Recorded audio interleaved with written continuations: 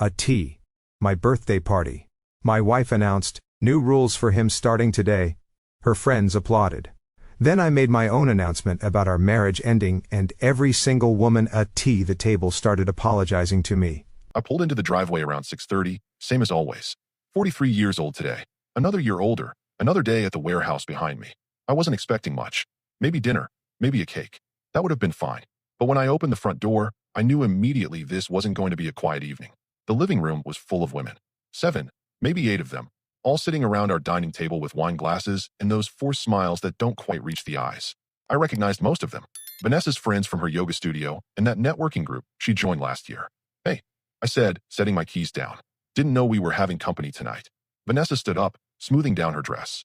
The expensive one I'd seen on the credit card statement last month. $200 for a birthday dinner at home. Surprise, she said, but her tone wasn't celebratory. It was sharp, performative. We're having a little gathering. For your birthday. The women at the table exchanged glances. A few of them were smirking. I walked to the kitchen, grabbed a beer from the fridge. Corona, not my first choice, but it was cold. When I came back, they were all watching me. So, Vanessa said, louder now, making sure everyone could hear. I've been thinking a lot lately about our marriage, about how things need to change. I took a sip of beer, didn't say anything, just watched. Starting today, we're implementing some new rules. She pulled out her phone, actually had notes written down. First, you need to start asking permission before making plans with your friends. I need to know where you are and who you're with. One of her friends nodded enthusiastically. Boundaries are so important. Second, Vanessa continued, you need to do more around the house. I shouldn't have to ask you to clean or do laundry. You should just know. I almost laughed. I worked 50 hours a week at the distribution center. She worked 25 hours at a boutique, part-time, flexible schedule. But sure, I was the one not pulling my weight. And third, she said, pausing for effect, you need to contribute more financially. I'm tired of feeling like I'm carrying this household. That one got me. I set the beer down on the coffee table. Contribute more financially, I repeated. Yes, we need to be equal partners. The friends were all nodding now. One of them, Harper I think her name was, actually started clapping. Then another joined. Within seconds, they were all applauding like Vanessa had just delivered some inspiring speech. My husband needed this talk too, one of them said. Men just don't get it unless you're direct. Exactly, another chimed in. They need structure, rules. Otherwise they just do whatever they want. I looked at each face around that table, studied them.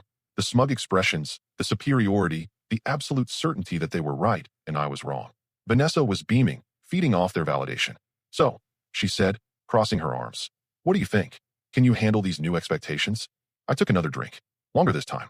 Then I set the bottle down and smiled. I think, I said slowly, that I have an announcement of my own to make.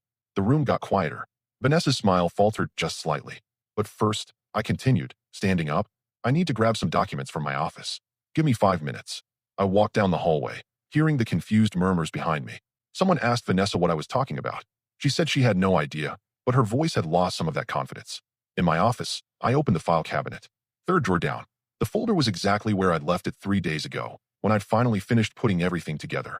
Bank statements, credit card bills, screenshots, receipts, all of it organized, chronological, undeniable. I'd been waiting for the right moment. Didn't think it would be tonight, but Vanessa had made her choice. She wanted to humiliate me in front of her friends, turn my birthday into some kind of power play. Fine, I could work with that. I grabbed the folder and walked back to the living room. All eyes turned to me as I sat down on the couch, folder in my lap. All right, I said, looking directly at Vanessa. Let's talk about rules and contributions and equality. I think everyone here deserves to know the truth. Vanessa's face went pale. What are you doing? She asked. I opened the folder. Just making my announcement, I said, like I promised. The room was completely silent now. No more smirking, no more knowing glances, just tension. And the truth was about to make things very uncomfortable for everyone at that table. I pulled the first document from the folder. Bank statement from our joint checking account. 3 months worth, highlighted in yellow where it mattered. So Vanessa mentioned I need to contribute more financially. I said, looking around the table. Let's break that down for everyone here. I held up the first statement. This is September. My paycheck, $2,100 after taxes, deposited on the 15th. Her paycheck, $740, deposited on the 20th. Vanessa stood up. Stop it. This is private. You made it public when you announced your rules in front of your friends, I said calmly. Sit down. She didn't. But she didn't leave either. I continued. Rent on this place is $1,300 a month. I pay it. Every month. That's from my account. I pulled out another statement. Utilities average $200. I pay that too. Car insurance for both vehicles, $180. Me again. Harper, the one who'd clapped first, was staring at her wine glass now. Not so enthusiastic anymore. Groceries. I went on, pulling out credit card statements. I do the shopping every Sunday. 150 to 200 a week. That's my card. I spread the receipts across the coffee table. And before anyone asks, yes, I cook most of the dinners too. Monday through Thursday, at least. Because I get home first. This is humiliating, Vanessa said, her voice shaking. On your birthday, you're doing this. Oh, we're just getting started, I replied. October statement. My check, same amount. Your check, $740. But look at this. I pointed to a specific line. $470 at Nordstrom. $320 at that boutique downtown. $215 at the spa. One of the friends, Quinn I think, shifted uncomfortably in her seat. I work hard for my money, Vanessa said defensively. I deserve to treat myself. Absolutely, I agreed. With your money. Not mine. But that's not even the interesting part. I pulled out my phone, opened the screenshots folder. See, about 4 months ago, I noticed you were going out a lot. Tuesday lunches, Thursday afternoon coffee meetings. You said it was networking, building your professional connections. Vanessa's face went from pale to ashen. Networking is important. One of her friends offered weekly. It is, I nodded. Except these weren't networking meetings. I held up my phone, showed the first screenshot. Text messages between Vanessa and someone named Drew. Do you want to tell them who Drew is, or should I? You went through my phone, she shouted. That's a violation of my privacy. Your phone was open on the kitchen counter, I said. You got a message while you were in the shower. It popped up on the screen. I didn't have to go through anything. It was just sitting there. The message on the screen read, can't wait to see you Thursday. Same place. Drew Callahan, I said to the room. Used to work with Vanessa at her old job. They've been meeting up regularly for the past 4 months. Every Tuesday, every Thursday. Sometimes Saturdays when I'm working overtime. We're just friends, Vanessa insisted, but her voice cracked. Friends, I repeated. Let me show you the receipts then. I laid them out one by one. Lunch at Romano's Bistro, $85. Lunch at the Copper Table, $92. Drinks at Harvest Bar, $67. I looked up at her. All charged to the credit card that I pay off every month. You were using my money to wine and dine your friend Drew. The silence in the room was suffocating. One of the friends had her hand over her mouth. Another was staring at Vanessa like she'd never seen her before. It's not what you think, Vanessa said, tears forming now. We never did anything. We just talked. About what? I asked. Because based on these messages, you spend a lot of time complaining about me. Look at this one. I read from my phone. He's so controlling about money. Acts like I'm not allowed to spend anything. Or this one, I continued. Sometimes I wonder why I even married him. He doesn't understand me at all. Or my personal favorite, I said, scrolling down. Drew gets me in a way he never could. Harper was gathering her purse. I think I should go. No, stay, I said. You were so enthusiastic about Vanessa's new rules 10 minutes ago. I want you to hear the rest. She froze, caught between leaving and staying. I found out about Drew 3 months ago, I explained. At first, I was angry. Thought about confronting both of them, making a scene. But then I realized something. This wasn't about Drew. This was about a pattern. I pulled out printed screenshots from Facebook, from group chats. Vanessa has a habit of telling stories. Her version of events. To you all, I'm the villain. The controlling husband who doesn't appreciate her, doesn't support her dreams, doesn't contribute enough. I looked around the table. But none of you knew I pay 80% of our bills. None of you knew she barely works part-time by choice, not necessity. None of you knew she's been meeting up with an ex-colleague on my dime, using my work schedule against me. Quinn spoke up quietly. She told us you were always criticizing her spending. I asked her once why she needed a $200 dress when we had a car payment due, I said. That became me being controlling. I suggested we should both contribute equally to groceries. That became me being cheap. This is so messed up, another friend muttered. Vanessa was crying now, mascara running. You don't understand the pressure I'm under. Trying to build a career, trying to maintain friendships, trying to be a good wife. A good wife? I repeated slowly. Let me tell you about being a good spouse. I pulled out the last document, the one I'd been saving. This, I said, holding it up, is a consultation summary from a divorce attorney. I met with him last week. Discussed the division of assets, the timeline, the process. The room went completely still. What? Vanessa whispered. My announcement, I said, looking directly at her. The one I wanted to make tonight. You wanted new rules for our marriage. Here's mine. There won't be a marriage. You can't be serious, she said. The papers will be filed Friday morning, I continued. You'll be served by Monday. This apartment is in my name. Inheritance money from my uncle helped with the down payment. You'll need to find somewhere else to stay within 30 days. One of the friends stood up abruptly. I'm sorry. I'm so sorry. We didn't know. She never told us any of this. Another joined her. Yeah, this is messed up.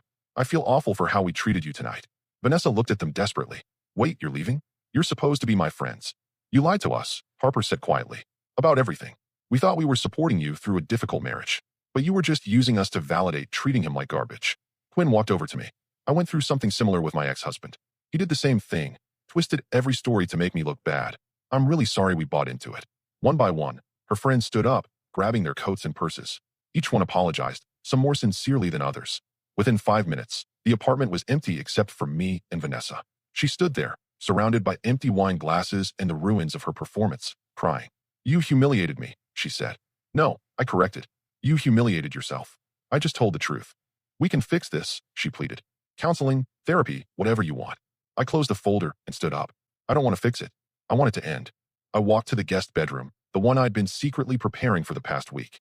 My clothes were already in the closet. Toiletries in the bathroom. I'd been ready for this conversation, just didn't expect it to happen at a birthday party. "Happy birthday to me," I muttered, closing the door behind me. Through the wall, I could hear Vanessa crying. I felt nothing. The next morning, I woke up to 17 missed calls and 34 text messages.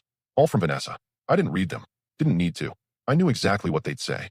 Apologies mixed with accusations. Promises mixed with threats. The usual cycle.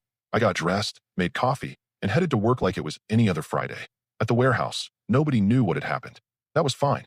I wasn't looking for sympathy or advice. Just wanted to do my job and go home. Around lunch, my phone buzzed. Unknown number. I let it go to voicemail. Then it buzzed again. Same number. Third time, I answered. "Is this about the Bradley residence?" A woman's voice asked. "Depends who's asking." "This is Paige from Sunset Property Management. Your wife called this morning asking about breaking the lease early. I'm calling to confirm. Are you both planning to vacate?" I almost laughed. "No, just her. The lease is in my name only. She has no authority to break it." Silence on the other end. Then, "Oh, she said it was a joint lease." "She says a lot of things," I replied. "Check your records. My name, my signature, my deposit. She's not on any paperwork." "Got it. Thank you for clarifying." I hung up and texted my attorney. "She's already trying to mess with the apartment. Might want to send that letter sooner than Monday." He responded within minutes. "We'll expedite. Should be delivered tomorrow." When I got home that evening, Vanessa was sitting on the couch, laptop open, tissues scattered around her. She looked up when I walked in. "We need to talk," she said. "No, we don't. Please. Just 5 minutes." I set my keys down, grabbed a water from the fridge. "You've got 3. She closed the laptop. I called a marriage counselor. Dr. Sheffield. She has amazing reviews. She can see us next Wednesday. Not interested. You won't even try?" Her voice broke. "After 7 years, you won't even try to save this." 7 years, I repeated. "You know what I did for 7 years? Worked my tail off while you figured out your career. Supported your boutique job that pays minimum wage because you said it made you happy. Covered rent, bills, groceries, everything, because you needed time to find yourself." I took a drink of water. "And what did you do?" "Complained to your friends that I was controlling. Met up with Drew behind my back. Spent money we didn't have. Then had the nerve to announce rules for me at my own birthday party. I made mistakes," she admitted. "But you're not perfect either. You shut me out emotionally. You never want to talk about feelings. Because every time I brought up something that bothered me, you turned it into an argument about how I was attacking you." I said. "I mentioned the credit card bill once, and you didn't talk to me for 3 days. She looked away. "That's not fair. 3 days of silent treatment because I asked about a $400 charge. You want to talk about emotional manipulation? Start there." My phone buzzed. Text from Quinn, one of Vanessa's friends from last night. "Hey, I know this is weird, but I wanted to reach out. What happened last night has been bothering me. Can we talk sometime?" I showed Vanessa the screen. "Your friend wants to talk to me." Her face went red. "Don't you dare." "Dare what? Have a conversation? You don't get to control who I talk to anymore." "She's my friend." "Was your friend?" I corrected. Pretty sure that changed when she realized you'd been lying to her for months. Vanessa stood up, started pacing. "This is insane. You're blowing up our entire life over what? Some text messages? Some lunches? You think this is about Drew?" I shook my head. "This is about respect. You don't respect me. Haven't for a long time. Maybe you never did." "That's not true." "Then why did you feel the need to humiliate me in front of your friends?" I asked.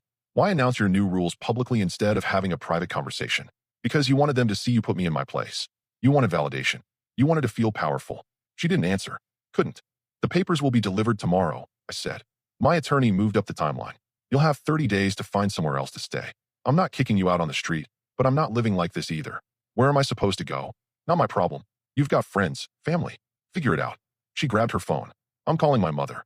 Good idea. Maybe she can explain why lying to your spouse and spending their money on secret meetups is a bad idea. Vanessa stormed into the bedroom, door slamming behind her. I could hear her voice rising, talking to her mother, crying, painting me as the villain again probably. My phone buzzed again. This time Harper. "I owe you an apology. A genuine one. Can I buy you coffee tomorrow? I want to explain why we were so quick to believe her version of things." I stared at the message. Part of me wanted to ignore it, cut ties with everyone connected to Vanessa. But another part was curious. Why had they been so ready to applaud her little performance? I texted back. "Tomorrow, 11. Corner Brew on 5th. Thank you. See you then." The bedroom door opened. Vanessa came out, phone still in her hand, eyes puffy. My mom wants to talk to you. Tell her hi. She wants to mediate. Help us work through this. I laughed. Actually laughed. Your mother, who thinks I'm not good enough for you, who told you at our wedding that you were settling, wants to mediate our divorce. Pass. You heard that. I was standing 10 feet away. She wasn't exactly whispering. Vanessa's face crumpled. I defended you. After she said it, I pointed out. You didn't shut it down immediately. You waited to see if anyone else agreed first. She sat back down on the couch, defeated. I don't know what to do. Start looking for apartments, I suggested. You've got 30 days. I can't afford rent on my own. Should have thought about that before implementing your new rules. She looked at me with something between anger and desperation. You're enjoying this? No, I said honestly. I'm not. But I'm not losing sleep over it either. This marriage was over a long time ago. We both just pretended it wasn't. My phone rang. Unknown number again. I answered. Hello. Is this about Drew and Vanessa? A male voice asked. I walked out to the balcony, closing the sliding door behind me. Who is this? Drew Callahan. Look, I don't want any trouble. Vanessa called me crying. Said you found out about our lunches. Your lunches? I repeated flatly. Nothing happened, he said quickly. We're just friends. I'm married. I've got 2 kids. It was innocent. Does your wife know about these innocent lunches? Silence. That's what I thought, I said. Here's the thing, Drew. I don't care if you slept with her or not. What I care about is that my wife was spending my money to meet up with you while lying to me about where she was. That's enough. Man, I'm sorry. I didn't know the situation. She made it sound like you two were practically separated. We weren't. But we are now. Look, I'm going to stop talking to her. Cut contact completely. I don't need this drama in my life. Smart move, I said and hung up. Through the glass, I could see Vanessa watching me from the couch. When I came back inside, she asked, was that him? Yeah. What did he say? That he's done. You're on your own. She looked like I'd slapped her. He said that. Basically, turns out when things get complicated, people disappear. She put her face in her hands. Everything's falling apart. No, I corrected. Everything fell apart months ago. You're just noticing now. I grabbed my laptop and sat at the kitchen table. Started browsing apartments online, looking for something smaller, cheaper. I could downsize, save money, start fresh. Vanessa watched me from the couch. You're really doing this. I really am. What about counseling? What about trying? I tried for 7 years, I said without looking up. Your turn to try something new. Like honesty. Like accountability. Like being single. She didn't respond. Just sat there, surrounded by her tissues and her tears and the consequences of her choices. My phone buzzed one more time. Quinn again. Harper told me you're meeting her tomorrow. Can I come too? I think we owe you more than just an apology. I thought about it for a moment, then replied. Sure. 11. Corner brew. This wasn't how I expected my 43rd birthday week to go. But sitting there, apartment hunting, divorce papers in motion, Vanessa finally silent on the couch, I felt something I hadn't felt in years. Peace. Not happiness. Not yet. But peace. And that was enough for now. Saturday morning, I walked into Corner Brew 10 minutes early. Ordered black coffee. Found a table near the window. The place smelled like fresh pastries and espresso. Saturday morning crowd filing in for their caffeine fix. Harper arrived first, looking nervous. She was carrying a folder, which seemed odd for a coffee apology. Thanks for meeting me, she said, sitting down. I wasn't sure you'd actually show. I'm curious, I admitted. Why the sudden change of heart? She opened her folder before answering. Inside were printed screenshots, text messages. Because after I got home Thursday night, I couldn't sleep. I kept thinking about what Vanessa had told us versus what you showed us. So I went through my phone. She slid the first screenshot across the table. This is from 6 months ago. Vanessa texting our group chat about how you refused to let her buy a new couch. I read it. According to the message, I'd apparently thrown a fit over her wanting to redecorate, called her wasteful, said the furniture was fine. What's the actual story? Harper asked. We needed new tires for her car, I said. Inspection was due. I suggested we hold off on the couch for a month until the next paycheck. She agreed at the time, then apparently went and told you all I was controlling. Harper nodded slowly. That's what I figured. Quinn walked in then, saw us at the table, ordered her coffee, and joined us. Morning. Morning, I replied. Harper showed Quinn the screenshots. I was just showing him how Vanessa framed things. Quinn pulled out her own phone. Yeah, I've been looking through old messages too. It's bad. Like, everything she told us was twisted. She showed me another message thread. This one about how I'd supposedly ruined her birthday last year by refusing to take her out to dinner. I worked a double shift that day because my coworker's kid was in the hospital, I explained. I came home exhausted at midnight. We celebrated that weekend instead. Went to that Italian place downtown, the expensive one. Cost me $160. She never mentioned any of that. Quinn said quietly. Just that you forgot her birthday. Harper leaned back in her chair. This is messed up. We've been enablers. We thought we were supporting a friend through a difficult marriage, but we were just helping her justify treating you like garbage. Why? I asked. Why were you all so quick to believe her version? Quinn and Harper exchanged a glance. Quinn spoke first. Because some of us have been through bad relationships, she said. My ex-husband was genuinely controlling, monitored my phone, questioned every purchase, isolated me from friends. When I finally left him, I had a therapist tell me about financial abuse, emotional manipulation, all of it. So when Vanessa talked about you questioning her spending, Harper continued, it sounded familiar, like warning signs we'd been taught to recognize. Except I wasn't questioning her spending, I said. I was asking her to contribute. There's a difference. We know that now, Quinn admitted. But in the moment, hearing her side, it fit a pattern we recognized. Or thought we did. Harper pulled out another screenshot. This one's from 3 months ago. She told us you'd started working overtime just to avoid being home with her. I almost laughed. I work overtime because the distribution center offers time and a half on weekends. I've been saving for a down payment on a house. A bigger place, since she kept saying the apartment was too small. Did she know that? Harper asked.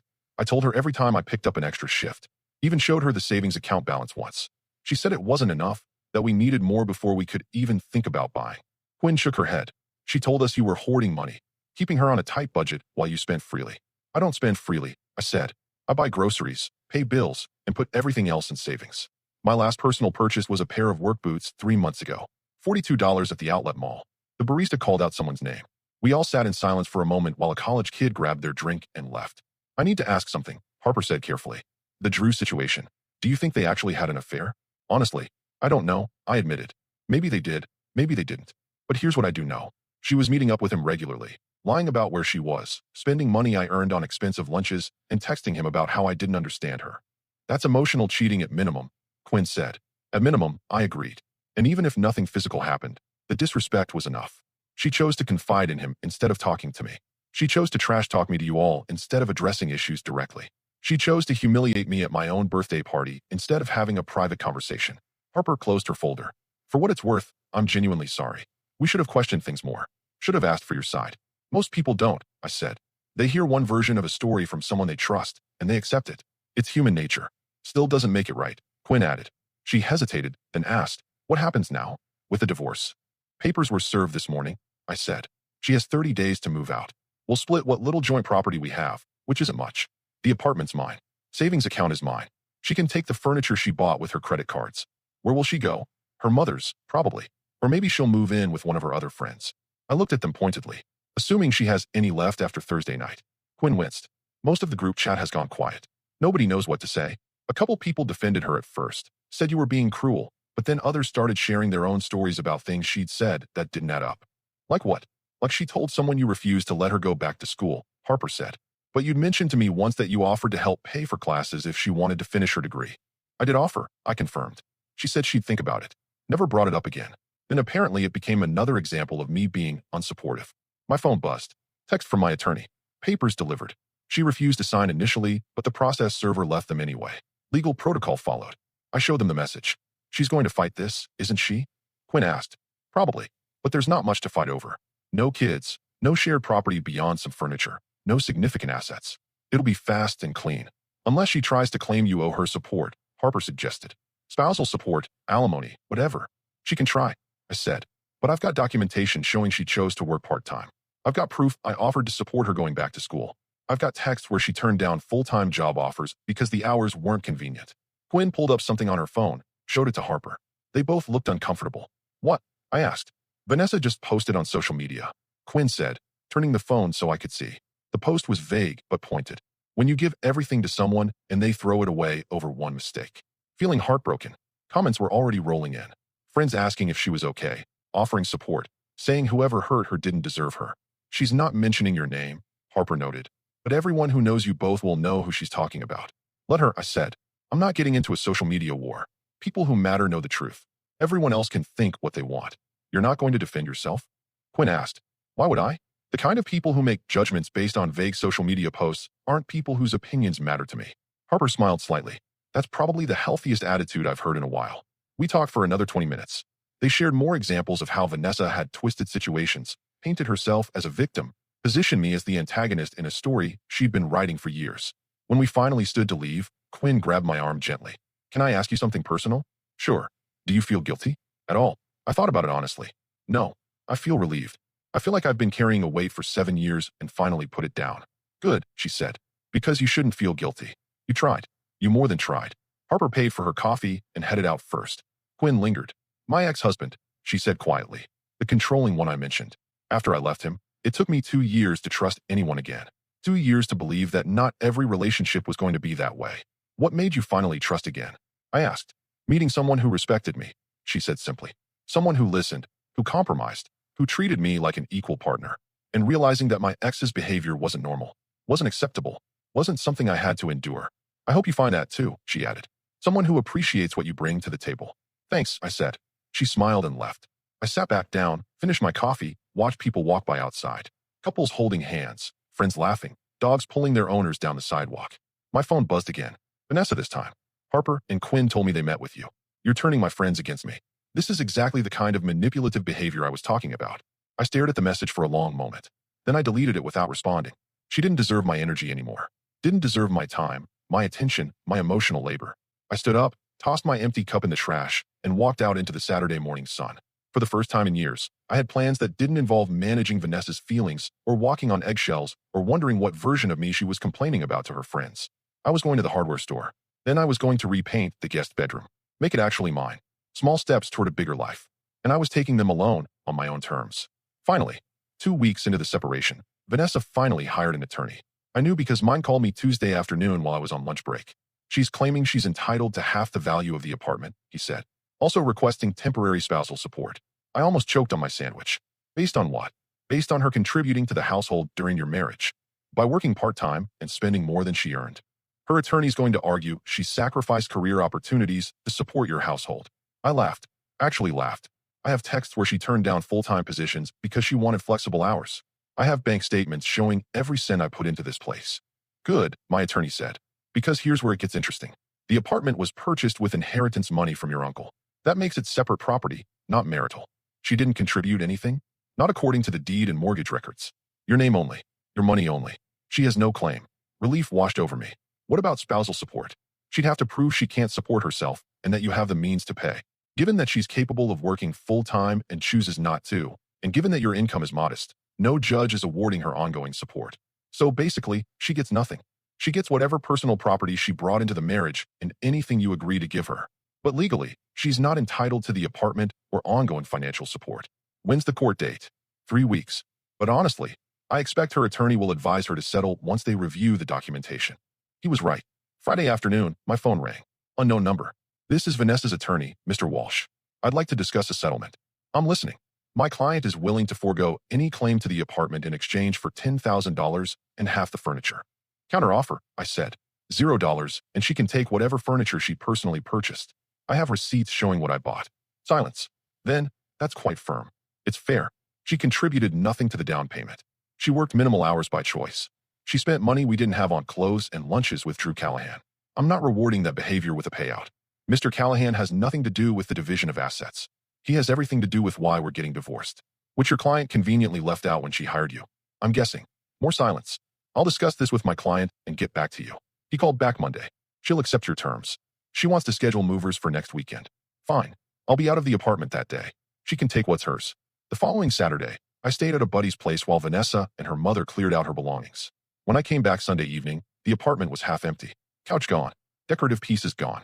Kitchen table gone. But it was mine. Completely, legally, finally mine. I ordered pizza, sat on the floor, ate dinner in the quiet. My phone buzzed. Text from Quinn. Heard the settlement went through. How are you doing? Good. Really good actually. Glad to hear it. You deserve peace. I looked around the sparse apartment. No more walking on eggshells. No more managing someone else's emotions. No more wondering what version of events was being shared behind my back. Just silence. Space. Possibility. I texted back.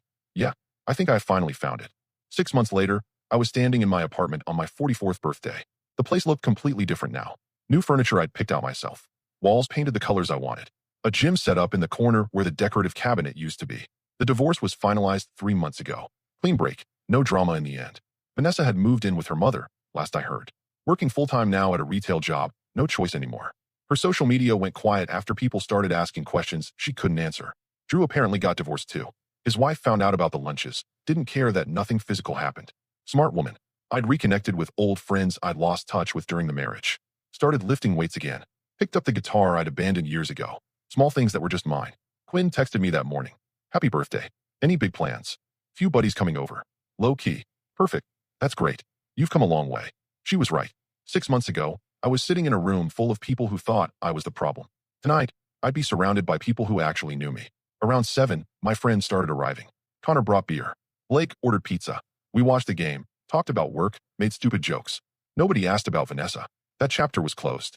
Around halftime, Blake raised his beer. To another year of not putting up with nonsense. I'll drink to that, I said. We clinked bottles. Simple moment, but it meant everything. Later that night, after everyone left, I stood on the balcony looking out at the city.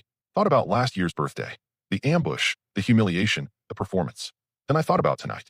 Genuine friends, genuine laughs, genuine peace. My phone buzzed. Unknown number. For a second, I thought it might be Vanessa. It wasn't. Just a spam call. I blocked it and went back inside. The apartment was quiet again, but this time the silence felt right. Not empty, just calm. I grabbed the last beer from the fridge, sat on my couch, and smiled.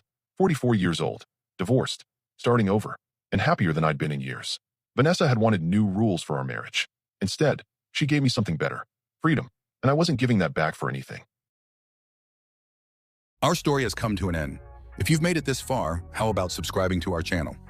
It helps us immensely. I've selected 2 other videos for you that I'm sure you'll enjoy. Feel free to click on them. I'll be waiting for you in the next story. See you soon.